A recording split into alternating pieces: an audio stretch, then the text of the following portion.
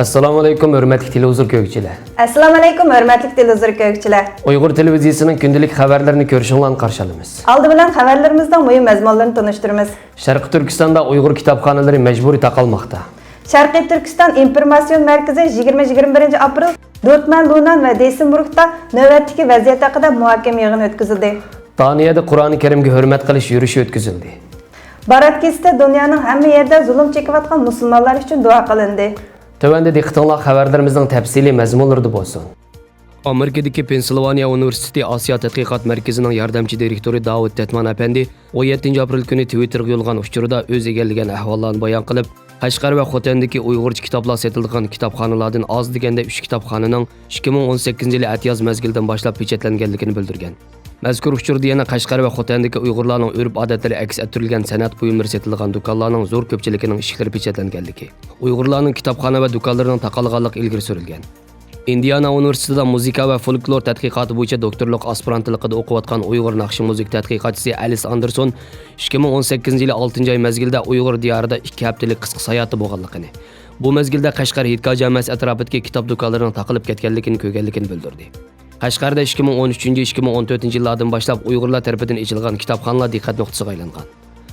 Uyg'ur diyorida zo'r ko'lamli tutqun boshlangan 2016-yilning dastlabki mezgildida Uyg'urlar tomonidan ochilgan shaxsiy kitobxona va unsin buyumlar do'konlarining xo'jayinlari tutqun obyektiga aylanib, Qashqarda jumladan butkul Sharqiy Turkistonda kitobxona va unsin do'konlari orqa-orqadan taqalgan. Sharqiy Turkistondagi Uyg'urlar ochgan shaxsiy kitobxonalar pechatlanish bilan bir vaqtda hukumat tomonidan ochilgan Xinhua kitobxonalarida Uyg'urcha kitoblarning intayin ozligi yoki yo'qligi xalqaro taratqularda xabar qilinmoqda.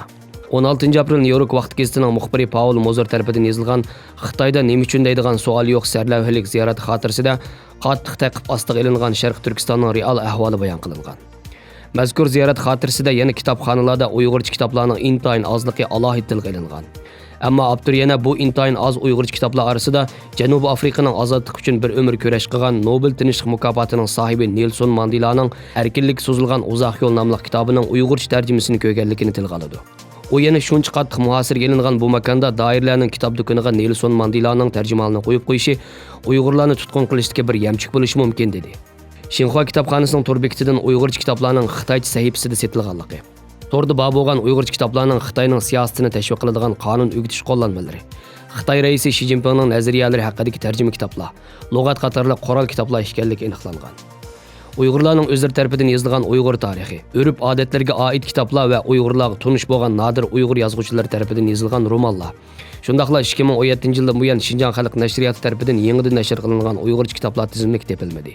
Hatto 2018-yildan keyin Xinjiang xalq nashriyati tomonidan nashr qilingan birmi Uyg'urcha kitobning yo'qligi ma'lum bo'lgan.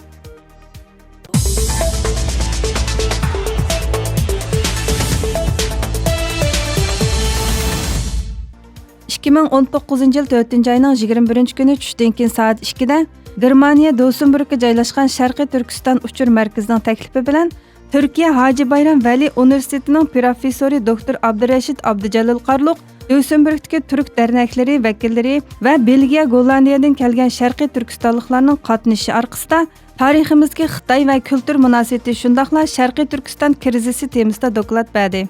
Şunun bilan bir vaqtda 20 aprel Germaniyaning Dortmund Lunan o'choqlari tomonidan uyushtirgan yig'ilishda doktor Abdujalil Qarluq bu temada leksiya so'zlab, Sharqiy Turkistondagi Uyg'urlar bugun qo'ldan ketsa, ati O'rta Osiyodagi davlatlar Xitoy kommunistlarining oyoq ostida qolganligini tarixiy faktlar bilan ro'shan aks ettirib berdi va yig'inga qatnashuvchilarni cho'nqur o'yga soldi.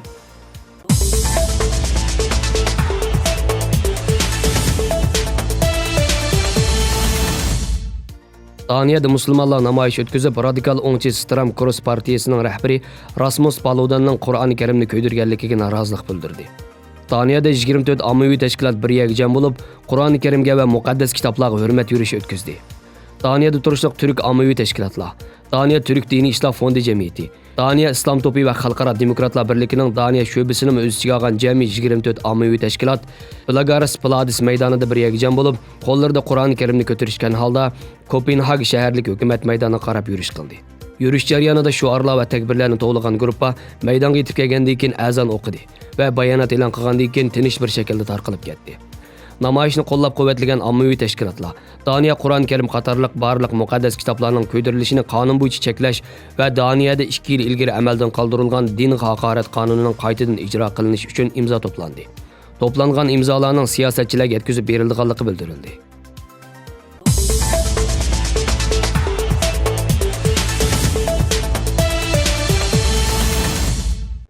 Türkiye ve dünyanın her qaysi joylaridagi millionlagan musulmonlar Barat kechisini duolar bilan o'tkazdi.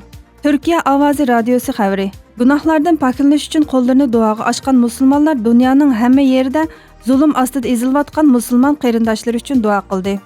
Musulmonlarning eng muqaddas oylaridan biri bo'lgan Ramazonning xabarchisi deb qabul qilinadigan Barat kechisi duo, tilak va sajdalar bilan o'tkazildi. Barat kechisi 19 martda boshlangan 3-oyning 2-Chaban 15 kuniga to'g'ri keladi. Gunohlardan paklanish va tavba qilish ma'nosini bildirgan Barat kechisini yaxshi fursat deb qaragan musulmonlar İstanbulda Sultan Ahmad, Ayub Sultan, Sulaymaniya va Chalmicha jamiyalarini to'ldirdi. Musulmonlar qo'llarini duoga ochgan holda Ramazon oyining xabarchisi bo'lgan bu kechini ham hayajon, ham ibodat bilan o'tkazdi. Xabarlarimizni ko'rganingizga rahmat. Ko'rishgacha omon bo'linglar. Xayr xo'sh. Allohga emanet.